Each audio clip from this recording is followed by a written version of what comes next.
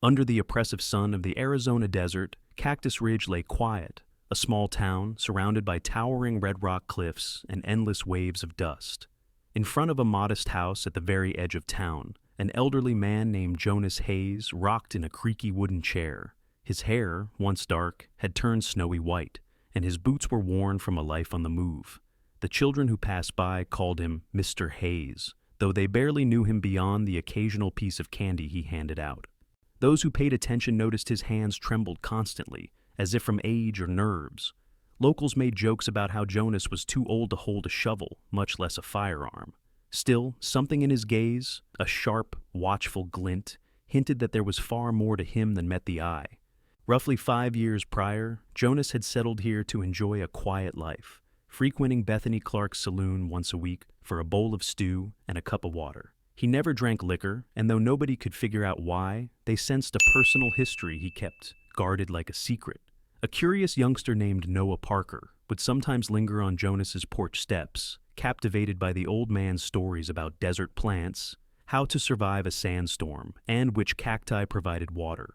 Noah didn't realize that Jonas's knowledge extended to a far more dangerous set of skills. All of Cactus Ridge existed in a calm bubble until the day Brock Rattlesnake Conrad and his 2 cronies rode into town, stirring up fear with their aggressive swagger. Brock wore a gun belt studded in silver and had eyes that roamed for easy prey.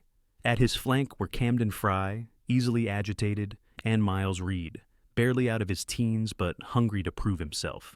The 3 had no clue that Jonas Hayes, the old man they first spotted rocking aimlessly on a rickety porch, had once been Arizona's most feared marksman. They only knew he looked like a convenient target. Their first confrontation came on a sun-blanched afternoon. Brock's crew, having lost money in a high-stakes card game at Bethany's saloon, needed someone to blame. Spotting Jonas on his porch, they swaggered closer. Brock spat tobacco onto Jonas's freshly swept boards, snarling, "Getting some rest before the final nap, old-timer?" Camden laughed at his boss's sarcasm, while Miles fidgeted with his gun, eager for trouble. Jonas, his gaze as steady as the desert horizon, kept rocking in his chair without responding. From a distance, Sheriff Ethan Lawson watched, one hand resting lightly on his revolver. He knew that behind Jonas's mild demeanor lay decades of experience that dwarfed the bravado of the younger men. Yet the sheriff waited, seeing whether Jonas would react. Camden stepped closer, jabbing a finger at the old man's chest. "When Brock asks a question, you answer, Grandpa." Jonas lifted his head slowly, one brow raised.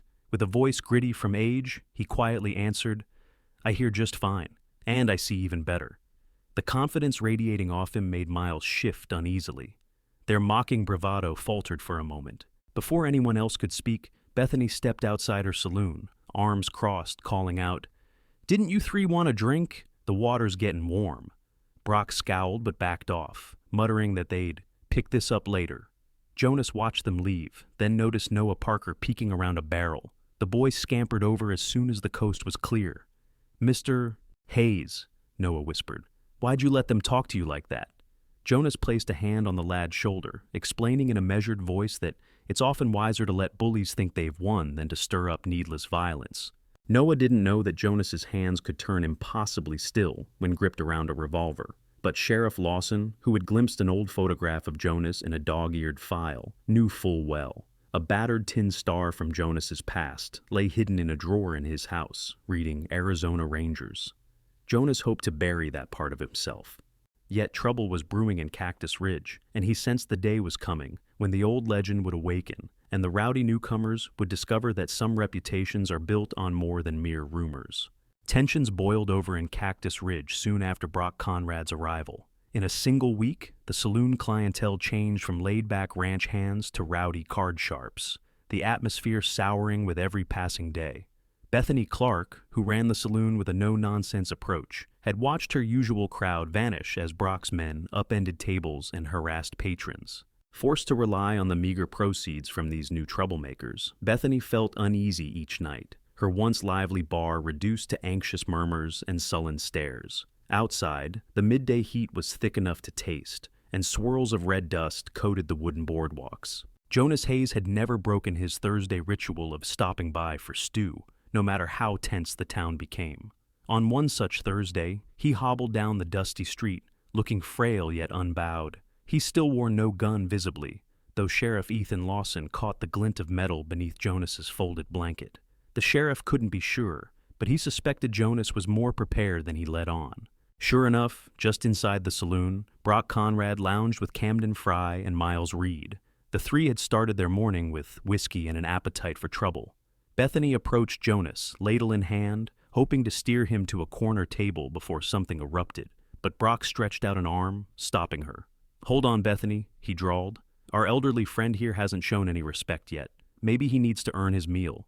Camden snickered, rising from his seat, while Miles kept glancing from Jonas to Brock, clearly eager for Brock's approval. Jonas gave a small shake of his head, calm and unwavering. "Respect's earned, son, not demanded." This remark sent Camden's face into a scowl. Before he could escalate matters, Bethany snapped, "He's been eating here longer than you've been alive, Camden. If you want to stay, you'll keep your mouth shut." That was all the opening Brock needed to tip the tension over. Slowly pushing back his chair, he swaggered closer. "Easy, Bethany. We're just trying to teach the old man some manners." Jonas's gaze swept the room. He knew the layout by heart. The mirrors above the bar, the shutters near the door, the second-story balcony, each could become critical if things turned nasty. He noticed a flicker of movement outside the window. It was Noah Parker, peering in with wide eyes, ready to dash for help if needed. Camden rolled his shoulders, his hands itching at his sides. "Don't you have anything to say, old man?" Jonas remained unruffled, replying, "I came here for a bowl of stew, not a lesson in bullying." The hush in the saloon was absolute. Even the clink of a glass on wood made people flinch. For a split second, something changed in Jonas's stance. His spine seemed straighter, and his trembling hands appeared rock solid, like a hawk poised to strike. Sheriff Lawson, from the threshold, placed a hand lightly on his revolver in case things went off. Miles Reed, thirsting for recognition, stepped in front of Jonas with a sneer. "Beg, Grandpa," he hissed. "Beg, and maybe we'll let you eat." Jonas's voice, low and steady, answered, "I've begged no man in my life, son." The hush grew even more suffocating. In that charged moment, tension snapped like a gunshot. Brock opened his mouth to issue a challenge, but before anything else could happen, Bethany marched up to Jonas, placed a steaming bowl of stew on the bar, and said in a clipped tone, "Here you go, Mr. Hayes, on the house." Brock's jaw tensed, but the presence of the sheriff and Jonas's cool confidence made him decide to bide his time. Flashing an ominous glance at the old man, he jerked his head toward Camden and Miles. "We'll talk later," he muttered, then stormed out with his crew. Jonas sat at the bar, stirring his stew with a calmness that belied the near violence. "Thank you, Bethany," he said quietly. "You didn't have to do that." She gave him a rueful smile, wiping a strand of hair from her eyes. "I've seen enough to know a powder keg when it's about to blow. You might be the only one in this town who can keep it from exploding." Jonas said nothing, returning his focus to the bowl in front of him. But in his mind, he was already preparing for the inevitable showdown, knowing men like Brock always pushed until they were forced to yield. The days that followed put the entire town on edge. Brock Conrad, Rattlesnake Conrad, folks started calling him, made sure everyone knew who held the reins in Cactus Ridge. Cam Fry seemed to relish every confrontation, stoking fear wherever he could, while Miles Reed's youthful brashness led him to pick fights just to impress Brock. The result was that locals holed up in their homes, and travelers gave Cactus Ridge a wide berth. Sheriff Ethan Lawson tried keeping order, but with only 2 deputies and a timid town council, he found himself perpetually overwhelmed. Meanwhile, Jonas Hayes continued his quiet routine, rocking on his porch each morning and taking slow walks through the dusty roads. Even his small kindnesses, handing a piece of candy to a child or exchanging pleasantries with the blacksmith, offended Brock's gang. One afternoon, Cam Fry kicked the candy bag from Jonas's hand, scattering sweets across the street. "We don't need your soft ways around here, old man," Cam snarled. Jonas only knelt to pick up the spilled candies, ignoring Cam's taunts. Noah Parker witnessed that humiliating scene and couldn't contain his indignation.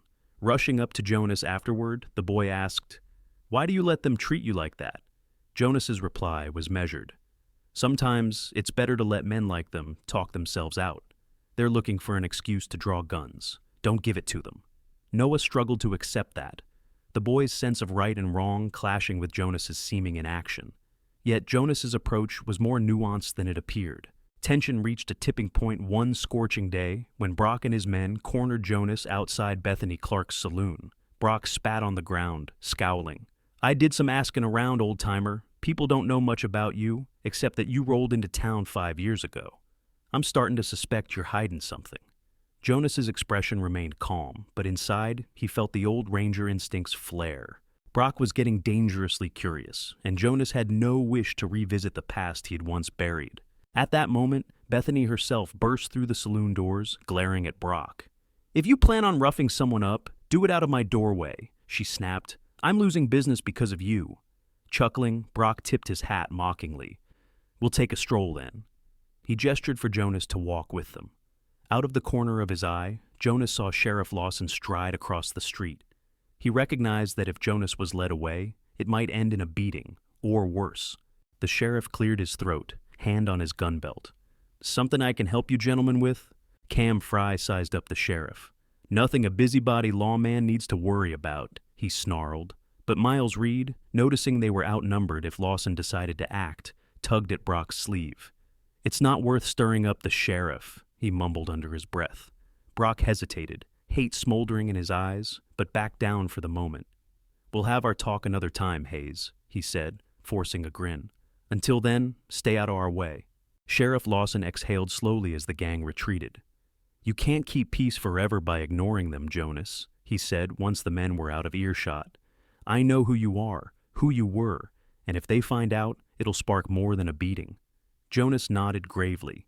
He had hoped to blend into obscurity, to let the fierce old reputation of the best marksman in Arizona fade into legend. But in a dusty trunk by his bed lay a well-oiled Colt, .45, and in that quiet moment, Jonas accepted that Cactus Ridge might soon see that old skill on display again, especially if Brock Conrad and his gang insisted on shattering the peace. Morning came with a haze of golden sunlight, and the people of Cactus Ridge stirred, carrying an undercurrent of dread. Word had traveled that Brock Conrad was itching for a direct confrontation with Jonas Hayes. Some said they overheard him boasting at the saloon about breaking the old man's spirit, or maybe his bones. Others whispered that Brock was more cautious than he let on, suspecting Jonas might be more dangerous than he appeared. Meanwhile, Sheriff Lawson tried to recruit a few townsfolk as temporary deputies. But the ones brave enough to say yes also recognized the reality. If Jonas Hayes truly was the retired Eagle Eye Hayes they'd heard rumors of, it would be his skill, not their meager firearms training, that saved them. The sheriff had read old accounts of a lawman who never missed, a legend who had once crushed an entire gang single-handedly. Yet, like Jonas's trembling hands, some details in those stories seemed contradictory or exaggerated. Against this backdrop, Jonas decided to visit the saloon at his usual hour. He walked through the swinging doors with slow determination, ignoring how conversation died the moment he stepped inside. Brock Conrad and his men, half drunk, stared from a round table in the middle of the room. Bethany Clark stood by the counter, ladle in hand, her eyes flicking nervously between Jonas and Brock. Several bar patrons slid off their stools, sensing the confrontation they'd been dreading was about to spark. At first, Jonas simply asked for his stew. Bethany, fighting to keep her voice steady, ladled broth into a bowl. Brock's boots scraped the floor as he rose from his chair, halting Jonas before he could reach the bar. "Today's the day, old man," he declared. "Let's see if there's anything behind those shaky arms besides dusty old bones." Jonas set his jaw, letting his eyes pass over each man's stance. Cam Fry was on Brock's left, fingers twitching near his revolver's grip. Miles Reed hovered to the right, adrenaline clear on his face. No one noticed Noah Parker peering in through a side window, nor did they see the quick, almost imperceptible glance Jonas made toward a mirror behind the bar, scoping angles and distances. He was calculating possibilities the way a desert hawk gauges wind currents. "I've seen enough trouble in my life," Jonas finally said in a level tone. "No sense in adding more to it today." That answer, apparently, wasn't what Brock wanted. He barked a laugh. "Oh, you'll be adding trouble, all right." Miles, emboldened by Brock's bravado, reached out to shove Jonas's chest, but his palm never made contact. Jonas's hand came up lightning quick, deflecting the shove without harming him. a move so smooth that Miles stumbled. In that breathless second, every patron inside the saloon realized Jonas had reflexes far beyond a typical retiree. Cam Fry muttered, "What the?" His mouth going dry. Brock tensed, fighting the urge to draw his gun right then. Even Bethany's eyes were wide. She recalled the battered newspaper clippings Jonas had once shown her, detailing a Jonas Hayes who had operated under a different name. The articles chronicled a legendary marksman who vanished years ago without explanation. She suspected that legend was standing before her, a living contradiction of humility and lethal skill. The tension broke when Sheriff Lawson stepped in, shouting, "All of you, cool it!" His voice reverberated off the thick wooden beams. Brock, still itching for a fight, clenched his teeth. "This ain't over," he hissed. "Mark my words, old man. I'll teach you what it means to cross me." He spun on his heel, marching out with Camden and Miles on his heels. The saloon exhaled as if a violent storm had just skirted the edge of town. Yet Jonas sensed the real tempest was yet to come, and he braced himself for the possibility that the next time guns were drawn, no sheriff's shout would be enough to stop the bullets from flying. Sure enough, trouble arrived within hours. Brock Conrad discovered, through a few shady telegrams, exactly who Jonas Hayes was. Rumors confirmed that Jonas had once worn a badge for the Arizona Rangers. More than that, he was rumored to have eliminated entire criminal outfits with an unparalleled combination of speed and accuracy. Brock's temper soared on, learning that Jonas might be the same man who, years earlier, had killed a relative of his while dispersing a vicious gang. That evening, Brock and his men barricaded themselves in a corner of Bethany Clark's saloon, ignoring the tension they created. With each passing drink, the men grew louder, mocking Jonas and taking swipes at the sheriff's impotence. Anyone with sense avoided that corner. Over in the corner booth, Jonas quietly sipped water, his brow furrowed as if in silent reflection. Bethany noticed how his trembling hands steadied whenever they drifted near his belt, even though he had no visible weapon. At one point, Miles Reed, drunk on whiskey and bravado, swaggered toward Jonas, calling across the saloon, "We know who you are now. Eagle Eye Hayes, huh? Time to see if you can still shoot straight, old man." Jonas sighed, but before he could speak, Sheriff Ethan Lawson intervened, forcibly guiding Miles back to Brock's table. Brooding, Brock scowled at Jonas, as if memorizing every line in his face. He growled something inaudible under his breath that caused Camden to grin darkly. That night, once the saloon closed, a figure crept through the shadows toward Jonas's modest home. Under the moonlight, the silhouette lingered near the front door, tiptoeing closer, a pistol drawn. Jonas, however, had not gone to bed unprepared. From a back window he spotted a flicker of movement. The same mirror arrangement that helped him scout angles at the saloon had been replicated here, placed strategically by a man who understood how to maintain an advantage. When the figure tried to pry open the front door, Jonas stepped quietly behind him and pressed a cold barrel to the man's neck. The intruder froze. "Drop it," Jonas ordered, voice low as desert wind. The pistol clanked to the porch. Jonas recognized the trembling form. It was Camden Fry, presumably drunk enough to think he could catch Jonas off guard. "If Brock put you up to this," Jonas warned, "tell him to try harder." Camden mumbled a panicked apology, babbling something about just wanting to see if you'd back down. Jonas waved him off. "Next time, you might not walk away." Camden staggered back into the night, fear etched into his face. By dawn, the story spread. That an old man outmaneuvered a younger attacker in the dead of night only cemented Jonas's legendary status. No longer was he just a trembling retiree. Everyone understood now that he was formidable, perhaps unstoppable.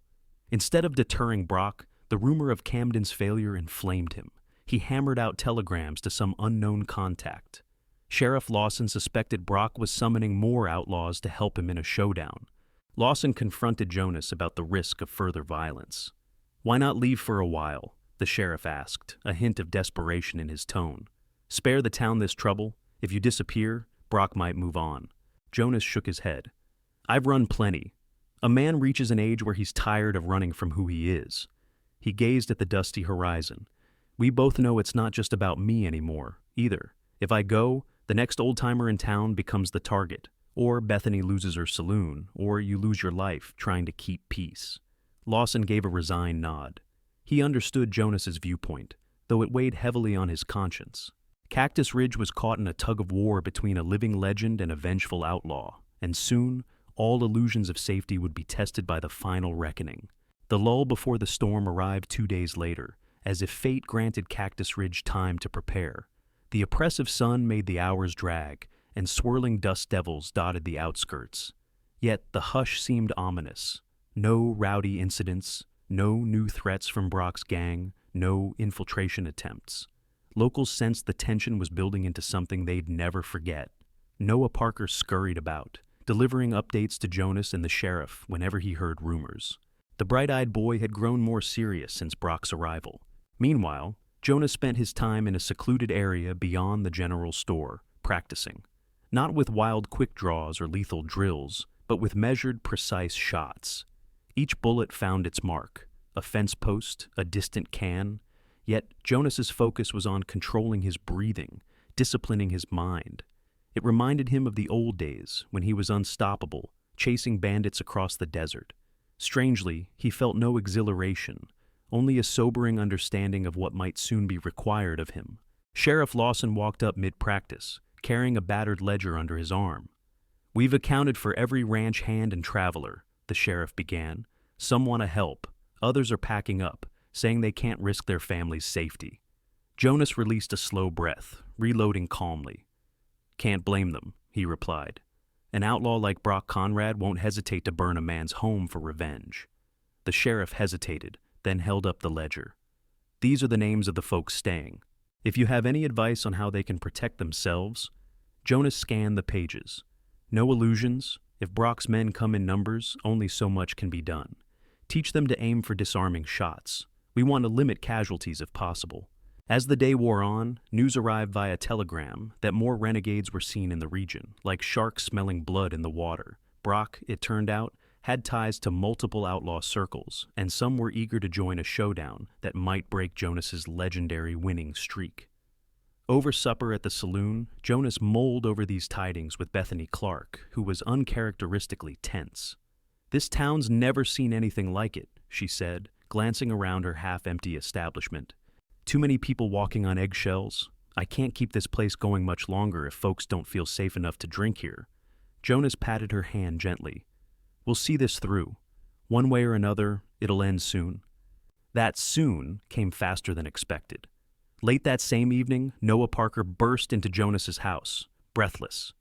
"Strangers, at least a dozen, rode in, talked to Brock, then left again," the boy gasped. "They weren't from around here. One had a scar across his face."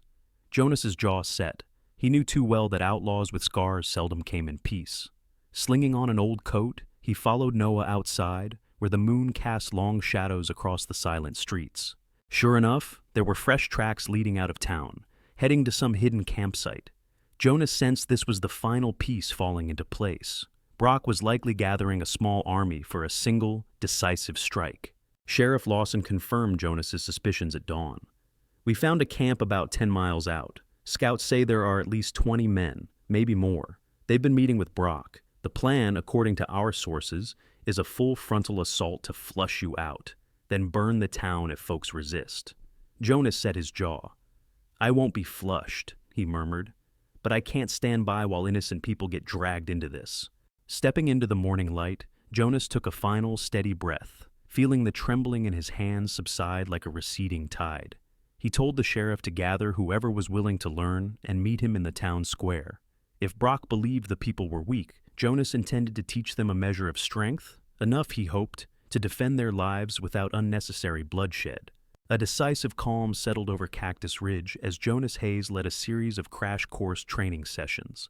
Assisted by Sheriff Lawson, Jonas showed the volunteers how to hold a firearm steady, how to aim without panic, and how to position themselves to avoid crossfire. Impressively, some picked up the basics quicker than expected.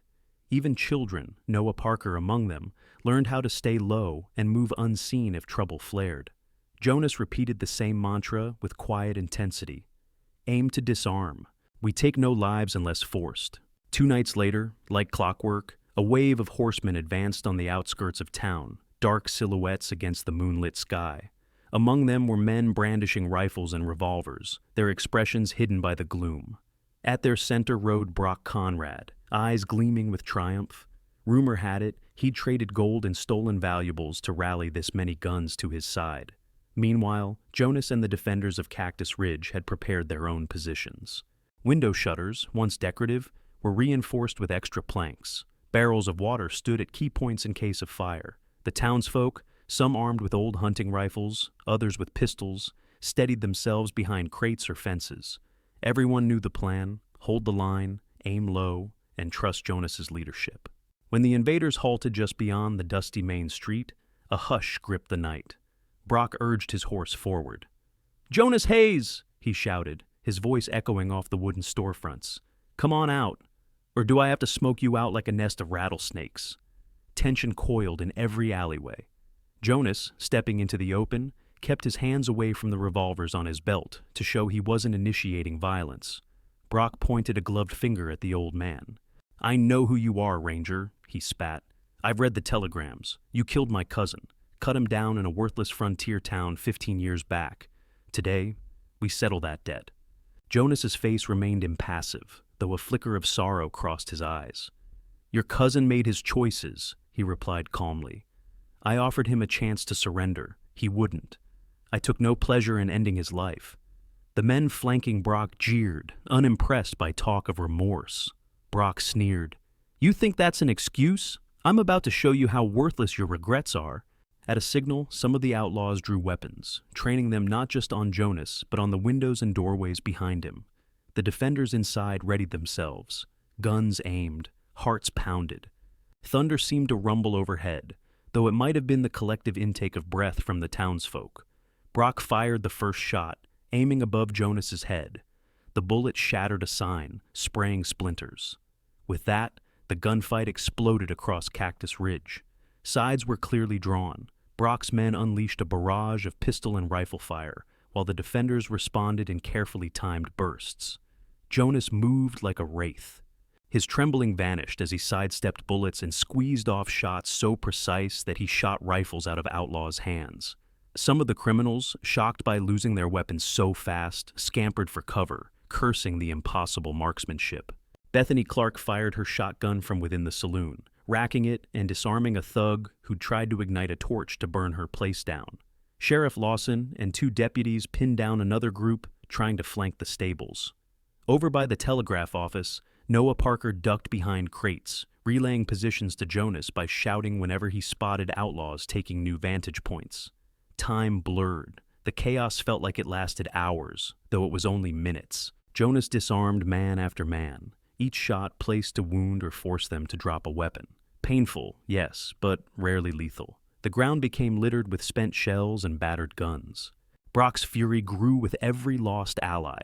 He realized Jonas wasn't killing them, just removing threats. The very style of mercy infuriated him. He roared, "You'd rather cripple us than finish us, coward." Jonas ducked behind an overturned wagon, returning a terse reply. "Killing doesn't prove strength. Restraint does." Then Jonas leapt out, unleashing a flurry of shots that ripped guns from 2 more outlaws' hands. Witnessing this, Miles Reed, part of Brock's original trio, hesitated. The confrontation with Jonas in the saloon days ago now felt like childish posturing compared to the measured yet overwhelming skill on display.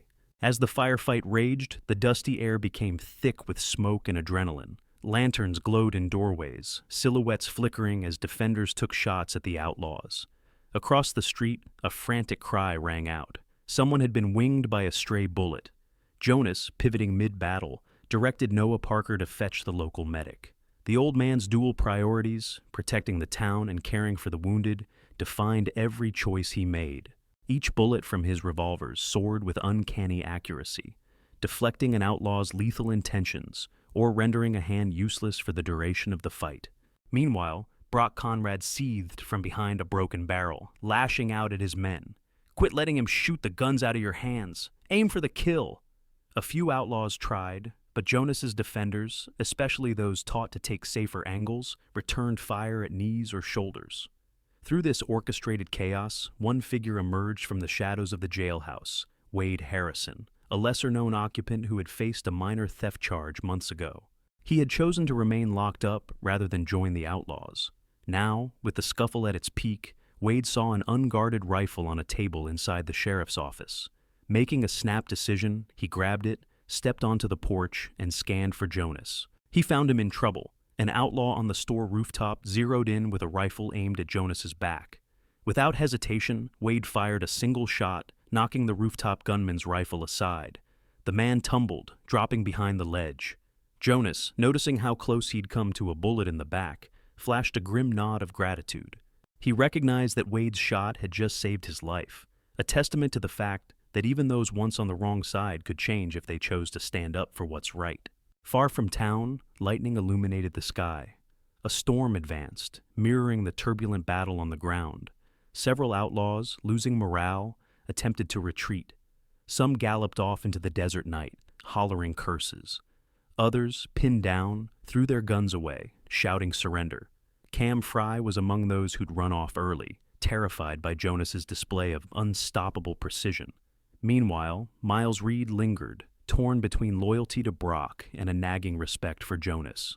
Finally, Brock, cornered behind a wagon near the livery stable, realized his grand plan had collapsed. One by one, his recruits were fleeing or crumpled on the dirt, clutching wounded limbs. The rooftops had become vantage points for Jonas's allies. People who once cowered were now emboldened by the old man's leadership and near-surgical marksmanship.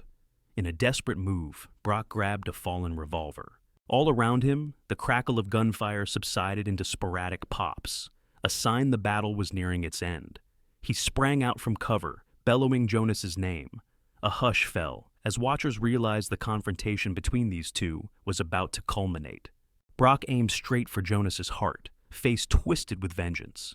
Jonas turned just in time, raising his weapon. Each man fired. 2 shots echoed together, deafening in the sudden quiet. For a fraction of a second, nobody breathed. Brock collapsed to his knees, his newly acquired revolver flung aside. Jonas, breathing heavily, stood unscathed, though a bullet had grazed his sleeve. A single trickle of blood ran down Brock's arm. Jonas's final shot had hit its intended mark, a disabling strike to the shoulder. Panicked, Brock pawed at the dirt, trying to retrieve his gun with a numb hand. Jonas stepped closer, ignoring the renewed tremble in his own hands now that the adrenaline ebbed. "You killed my cousin," Brock hissed, tears of rage pooling in his eyes. Jonas's voice remained unwavering as he holstered his revolver. "Your cousin drew first. I gave him a choice to lay down arms. He refused, just as you refused to see a different path." Brock spat, cursing Jonas, cursing the town, cursing every man or woman who dared to stand against him. "Do it then! End it!" But Jonas wouldn't pull the trigger on an unarmed, wounded man. Instead, he looked at Sheriff Lawson, who approached with a few deputies. "Lock him up," Jonas instructed quietly. "He'll face the law, same as anybody else. That's how real justice is done." By dawn, the storm clouds had rolled away, leaving the main street littered with spent shells and battered weapons. Drips from the eaves formed small puddles, reflecting the washed-out pink sky. In the aftermath, the townsfolk ventured from their hiding places, stepping into a new day.